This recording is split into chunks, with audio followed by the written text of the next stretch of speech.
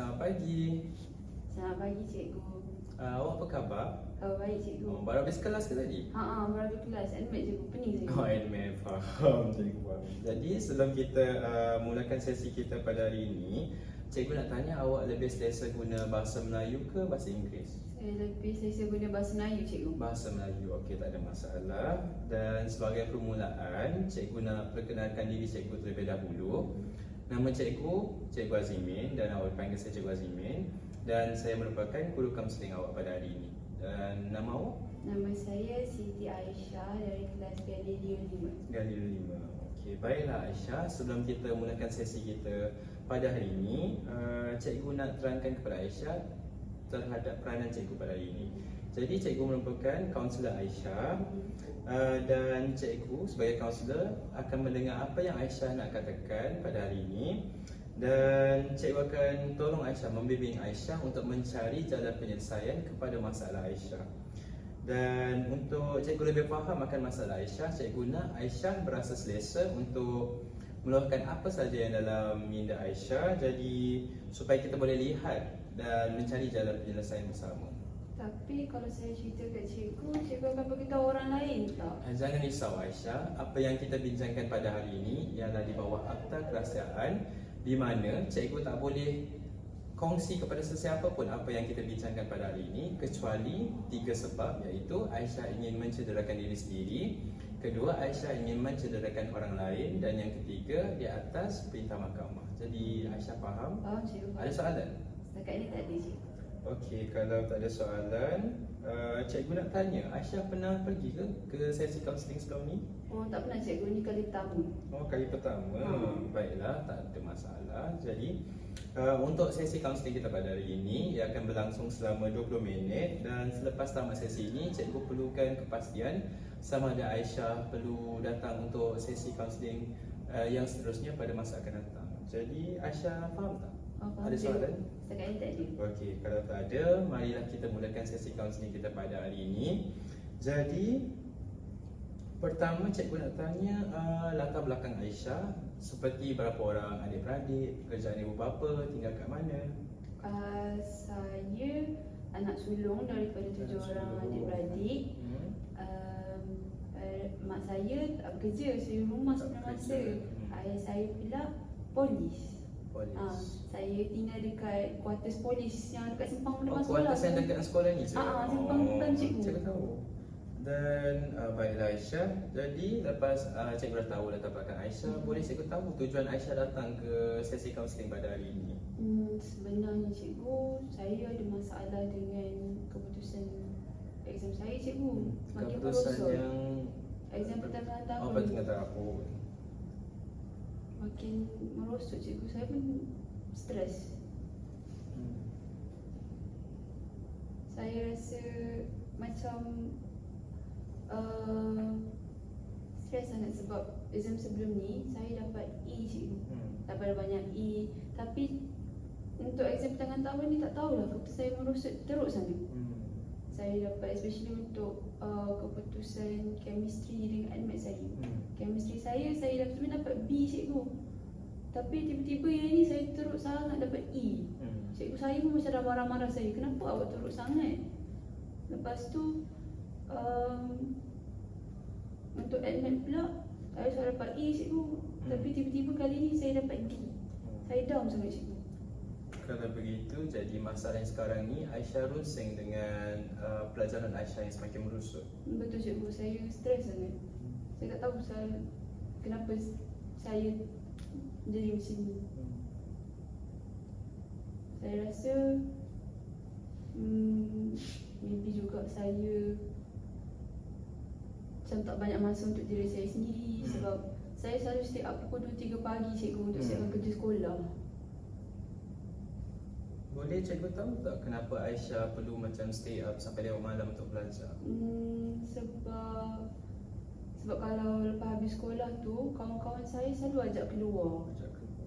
So, saya pula macam rasa bersalah nak tolak ajakan diorang tu. So, saya pun pergi juga ikut. Tapi bila balik, diorang selalu balik malam. So, saya tak ada masa untuk buat homework, nak ulang gaji. So, saya end up stay up sampai pukul 2-3 pagi untuk siapkan kerja.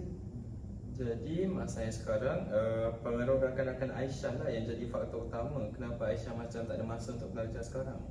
Saya rasa begitulah cikgu.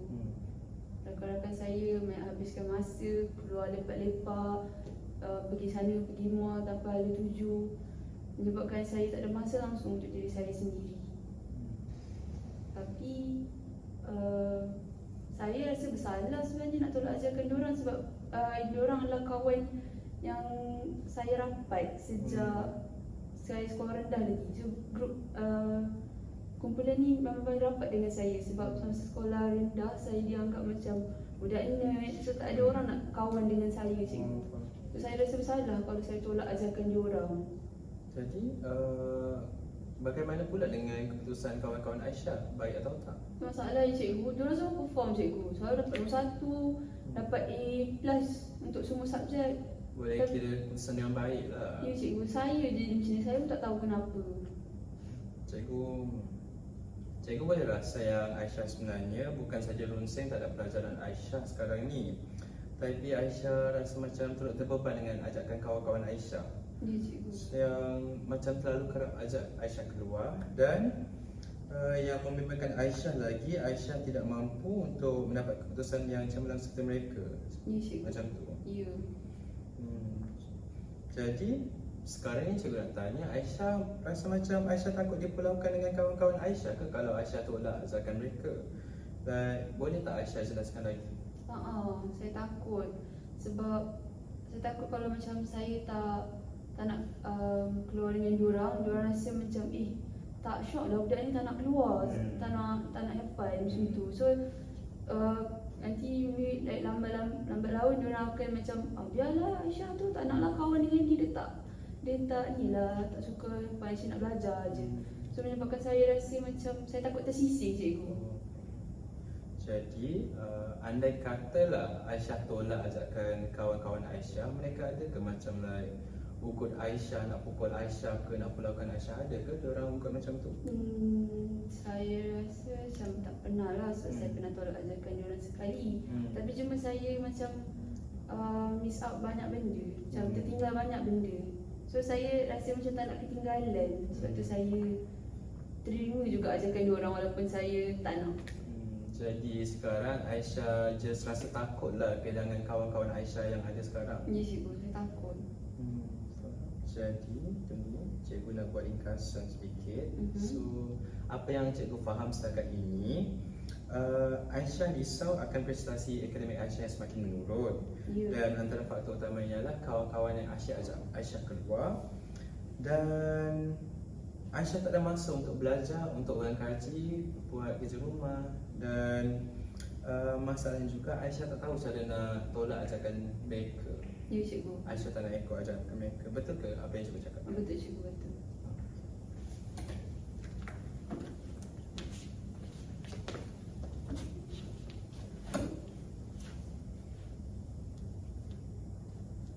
Okey.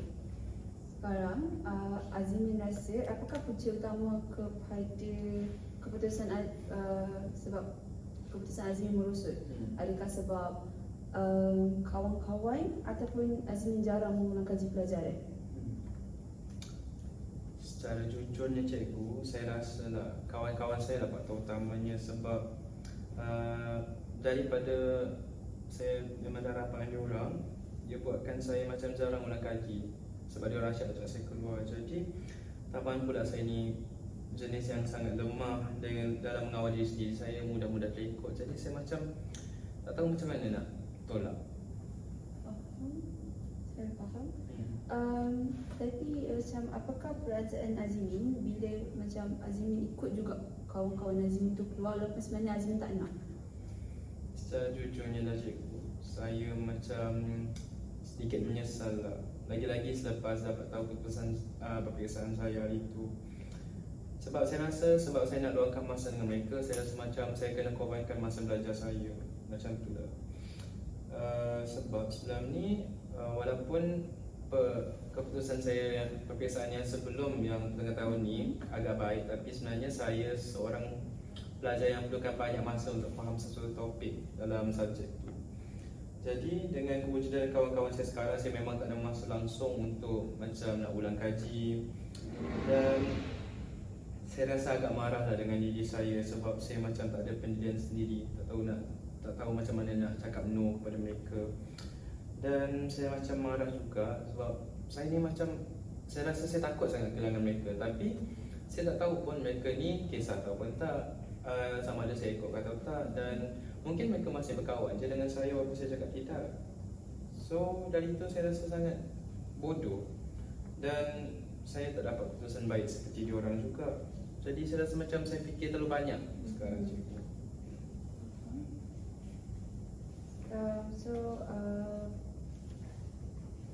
Pada pendapat Azimi, adakah putus kawan dengan diorang adalah cara yang lebih baik untuk selesaikan masalah Azimi ni, ataupun Azimi perlu berterus terang dengan diorang apabila Azimi tak nak ikut diorang bila diorang ajak keluar? Saya rasa lebih baik kalau saya berterus terang rasanya. Sebab yelah kan, saya masih sayang kawan-kawan saya. So Azimi rasa kalau Azimi berterus terang dengan diorang, adakah diorang akan masih berkawan dengan Azimi ataupun maybe macam dah sisihkan Azimi daripada diorang? Saya rasa ya, sebab kadang-kadang bila saya tak ikut mereka, saya tengok macam diorang, bila saya observe lah kawan-kawan saya, antara diorang je, saya rasa macam diorang ni agak macam bertoleransi je antara satu sama lain. Tapi itulah macam saya cakap tadi, saya macam fikir banyak kan.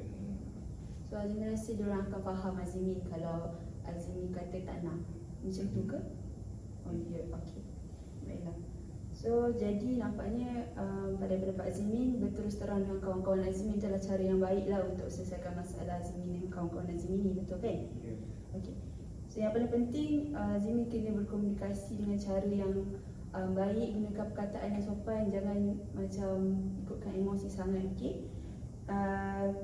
Untuk elakkan salah faham antara rakan-rakan. Azimi rasa adakah itu cara yang baik? Saya rasa ya je. Okey. So Azmin berdasarkan cerita yang Azmin bagi tahu ke cikgu, Azmin ni sebenarnya seorang pelajar yang berpotensi, pelajar yang bijak, and apa yang cikgu Azmin cakap tu betul sebenarnya. Azmin pelajar yang berpotensi, tapi dan Azmin bukan seorang yang bodoh seperti Azmin rasa. Okey. Sebenarnya mungkin Azmin masih belum jumpa cara belajar yang sesuai untuk diri Azmin sendiri. Azmin rasa macam mana? Mungkin juga cikgu, sebab sebenarnya saya ada perhatikan beberapa kawan-kawan saya dalam kelas, dan diorang jarang cakap yang diorang stay up sampai lewat malam untuk buat kerja. Dan yang paling saya perasan dalam kelas, diorang selalu buat nota, main map. Jadi bila saya tengok nota diorang, saya macam lebih mudah faham apa yang saya belajar topik tu. Tapi saya bukan jenis pelajar yang buat nota sebenarnya. Saya tak pandai buat nota, main map saya memang tak faham. Jadi maksudnya sekarang saya nak kena tukar cara belajar saya seperti mereka ke cikgu? Saya rasa disebabkan Azmin macam bila baca nota diorang tu masih boleh faham, kemungkinan cara belajar diorang tu sesuai dengan Azmi. Saya rasa mungkin Azmi boleh cuba cara belajar diorang. Azmi rasa macam mana? Saya rasa mungkin saya boleh cuba ke lepas ni cikgu. Nampaknya masa mencemburui kita dan kita telah sampai ke penghujung sesi kaunseling kita. So jadi untuk kerja rumah Azmin, cikgu ada nak bagi tugasan dekat Azmin. Azmin cuba untuk berkata tidak dengan setiap ajakan. Bukanlah setiap, jika Azmin rasa tak nak keluar, cuba Azmin cakap macam Saya rasa aku rasa tak boleh keluar lah hari ni sebab aku nak buat benda-benda macam bagi reason. So saya rasa maybe dengan cara itu diorang boleh faham Azmi kan. Okey, yang kedua, awak boleh cuba tanya rakan-rakan awak bagaimana cara diorang belajar dan berkemungkinan awak boleh praktikkan dan mungkin cara itu sesuai dengan awak. So dengan itu keputusan awak mungkin meningkat. Bolehkah awak buat? InsyaAllah cikgu, saya setuju. Okay. So cikgu rasa adakah awak nak buat another session dengan cikgu, sesi seterusnya? Saya rasa kalau saya perlu sesi kaunseling yang lagi masa akan datang, saya akan datang jumpa cikgu lagi. Okey, apa-apa awak datang je, okey, dekat bilik kaunseling cikgu akan ada dekat sini, okey? Okey, baik cikgu. Okey, jika tak ada apa-apa, Azmi ada nak tanya apa-apa lagi ke sebelum kita tamatkan sesi ini? Setakat ini belum ada. Belum. Okey. So dengan itu itu sahaja untuk sesi kaunseling pada kali ini. So terima kasih Azmi sebab sudi berkongsi masalah Azmi dan menceritakan masalah Azmi kepada cikgu. Sama-sama cikgu. Terima kasih juga sebab sudi dengar masalah saya. Jadi Sama-sama. saya pergi dahulu cikgu. Okey. Terima kasih cikgu. Sama-sama.